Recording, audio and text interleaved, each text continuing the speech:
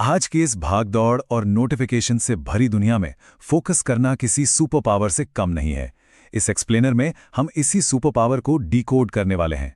हम बात करेंगे उस सबसे बड़े खतरे की जो आज हर प्रोफेशनल के सिर पे मंडरा रहा है, मल्टीटास्किंग और हर पल भटकता हुआ ध्यान। अब ये सवाल सुनने में जितना सीधा है, असल में उतना ही डरावना भी है। क्या कोई रोबोट ये काम कर सकता है? कड़वा सच तो ये है कि अगर काम लगातार ध्यान भटकने के बीच आधा अधूरा किया जा रहा है, तो बहुत जल्द कोई सॉफ्टवेयर, एआई या कोई सस्ती मशीन उस काम को टेक ओवर कर लेगी। उथले और बिना फोकस वाले काम के सामने ऑटोमेशन का ये बहुत बड़ा खतरा बिल्कुल सामने खड़ा है। तो इस खतरे से बचने का रोडमैप क्या है? हम शुरुआत करेंगे शैलो वर्क यानी उथले काम के जाल से। फिर समझेंगे अटेंशन रेजिड्यू की समस्या, जानेंगे कि आखिर डीप वर्क है क्या, भविष्य की अर्थव्यवस्था के लिए खुद को कैसे तैयार करें, और आखिर में बात करेंगे डीप वर्क की 4 प्रैक्टिकल रणनीतियों पर। चलिए पहले पड़ाव से शुरू करते हैं, the trap of shallow work. ये समझना बहुत दिलचस्प है कि हमारे सारे प्रोफेशनल कामों को मुख्य रूप से 2 बिल्कुल अलग-अलग हिस्सों में बांटा जा सकता है। एक तरफ आता है शैलो वर्क, जैसे मीटिंग के बीच में छुपकर फोन चलाना, हर 5 मिनट में ईमेल रिफ्रेश करना, या फिर एक साथ कई काम करने की कोशिश करना। ईमानदारी से कहें तो ये सिर्फ समय की बर्बादी है। वहीं दूसरी तरफ है डीप वर्क, यानी बिना किसी डिस्ट्रैक्शन के पूरी एकाग्रता से किया गया बौद्धिक काम। इसकी नकल करना या इसे रिप्लेस करना मशीनों के लिए बेहद मुश्किल है, और यही वो जादुई चीज है जो बेहतरीन नतीजे देती है।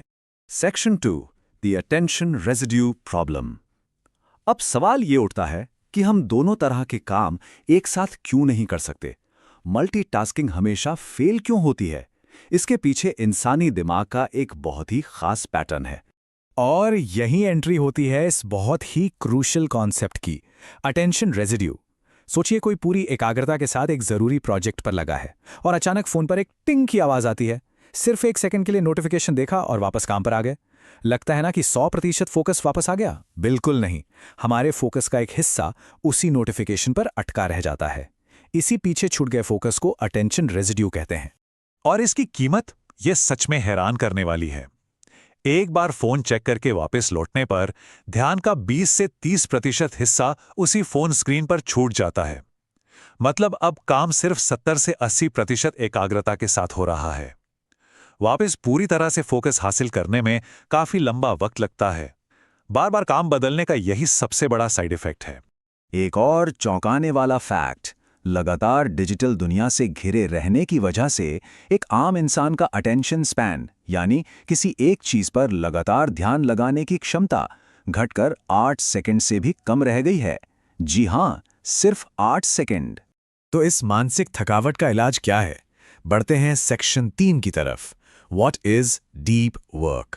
यही इस पूरी समस्या का इकलौता और सबसे पक्का इलाज है। इतिहास के पन्ने पलटें तो पता चलता है कि महान लोगों ने अपने सोचने की क्षमता को बचाने के लिए कैसी कैसी तरकीबें लगाईं। मशहूर लेखक मार्क ट्वेन घर के एक ऐसे कोने में छुपकर काम करते थे कि परिवार वालों को उन्हें बुलाने के लिए बाकायदा हॉर्न बजाना पड़ता था। माइक्रोसॉफ्ट वाले बिल गेट्स आज भी साल में 2 बार एकांत में थिंक वीक्स पर जाते हैं, जहां वे दुनिया से कटकर सिर्फ पढ़ते हैं और सोचते हैं। और MIT प्रोफेसर एलन लाइटमैन, वो तो सीधे एक ऐसे छोटे से आइलैंड पर निकल जाते हैं जहां ना फोन का नेटवर्क है ना इंटरनेट। इसे कहते हैं असली डीप वर्क का माहौल। Section 4, future proofing the economy. अब देखते हैं कि ये सब आने वाले कल की उस भयंकर कॉम्पिटिटिव और ऑटोमेटेड दुनिया में सर्वाइव करने में कैसे काम आएगा। आने वाली इस नई इकोनॉमी में मुख्य रूप से सिर्फ 3 तरह के लोग ही सर्वाइव करेंगे। पहले, वो पूंजीपति जिनके पास बड़ी कंपनियों में लगाने के लिए अथाह पैसा है। दूसरे, टेक विस्परर्स जो AI और मशीनों की भाषा गहराई से समझते हैं। और तीसरे, एक्सपर्ट्स यानी वो लोग जो अपने फील्ड के मास्टर हैं और वर्ल्ड क्लास काम करते हैं। हम में से ज्यादातर लोगों के लिए ये एक्सपर्ट बनने वाला रास्ता ही सबसे प्रैक्टिकल है। लेकिन याद रहे, एक्सपर्ट सिर्फ और सिर्फ डीप वर्क के दम पर ही बना जा सकता है। Section 5, 4 deep work strategies. अब आते हैं काम की बात पर। रोजमर्रा की भागदौड़ में इस डीप वर्क को कैसे लागू किया जाए, इसके लिए 4 बहुत ही बेहतरीन रणनीतियां हैं। पहली रणनीति है मोनास्टिक डीप वर्क। नाम से ही जाहिर है, एक सन्यासी या साधु की तरह दुनिया से पूरी तरह कट जाना। किसी एक बड़े लक्ष्य के लिए खुद को बाकी हर चीज से बिल्कुल अलग कर लेना। 1970 के दशक का वो किस्सा बहुत मशहूर है, जब बिल गेट्स ने खुद को पूरे 8 हफ्तों के लिए एक कमरे में बंद कर लिया था। कोई डिस्टर्बेंस नहीं, कोई बाहरी दुनिया नहीं, और जब वो 8 हफ्ते बाद बाहर आए, उनके हाथ में बेसिक प्रोग्रामिंग लैंग्वेज का पहला वर्जन था। इसी एक कोड ने पूरी माइक्रोसॉफ्ट कंपनी की नींव रख दी। अब हर किसी के लिए 2 महीने गायब हो जाना मुमकिन नहीं है, लेकिन इस सन्यासी वाले तरीके के नतीजे सच में जादुई होते हैं। दूसरी रणनीति है बाय मॉडल डीप वर्क। ये तरीका उन लोगों के लिए एकदम परफेक्ट है जिन्हें नॉर्मल लाइफ भी जीनी है और बड़े काम भी करने हैं। इसमें समय को 2 हिस्सों में बांट दिया जाता है, कुछ वक्त घोर एकांत में और बाकी वक्त आम जिंदगी में। जेके राउलिंग की कहानी इसका सबसे अच्छा उदाहरण है।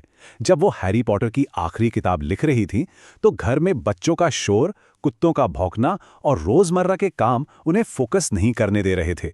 तब उन्होंने इस बाय मॉडल तरीके को चुना। वो रोज घर का शोरगुल छोड़कर पास के एक शांत होटल में जाती, बिना इंटरनेट के घंटों काम करती और फिर वापस घर आकर अपनी नॉर्मल लाइफ जीती। तीसरी रणनीति है रिदमिक डीप वर्क। ये शायद सबसे ज्यादा अपनाया जाने वाला तरीका है।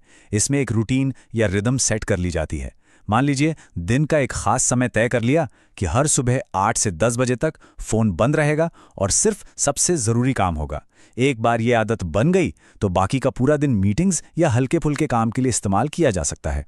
और चौथी रणनीति है जर्नलिस्टिक डीप वर्क। ये उन लोगों के लिए है जिनका शेड्यूल बहुत ही बिजी और अनप्रेडिक्टेबल होता है, ठीक एक पत्रकार की तरह जिसे जैसे ही खबर मिलती है वो सब छोड़कर काम पर लग जाता है।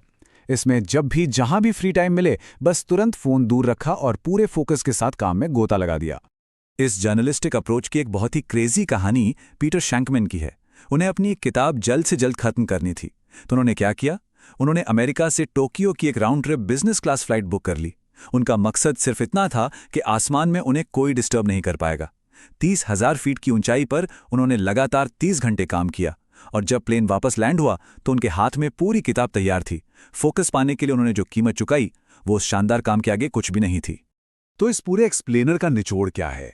पहली बात, शैलो वर्क एक ऐसा मीठा जाल है जो सीधे ऑटोमेशन की तरफ ले जाता है। दूसरा, बार बार काम बदलने से पैदा होने वाला अटेंशन रेजिड्यू हमारी प्रोडक्टिविटी को दीमक की तरह खा रहा है। तीसरा, डीप वर्क बिना ध्यान भटकाए कुछ कमाल का बनाने की एक रेयर और बेहद कीमती स्किल है। और सबसे अच्छी बात, कोई भी इंसान अपनी सहूलियत के हिसाब से इन चारों में से कोई भी तरीका अपना सकता है। बस शर्त एक है, फोकस से समझौता नहीं। अब आखिर में एक बहुत ही अहम सवाल छोड़कर जाते हैं। आज के इस 21वीं सदी में जहां हर तरफ नोटिफिकेशंस और रील्स का शोर है, क्या आज के प्रोफेशनल्स उस भीड़ का हिस्सा बनेंगे जिनका फोकस हर 8 सेकंड में टूट जाता है? या फिर वो अपने ध्यान को अपने कंट्रोल में लेकर फोकस करने वाले एक्सपर्ट्स का रास्ता चुनेंगे? ये वो फैसला है जो आने वाला कल तय करेगा, क्योंकि इस नई सदी में एकाग्रता से बड़ी कोई दौलत नहीं है। इस एक्सप्लेनर में हमारे साथ जुड़ने के लिए बहुत बहुत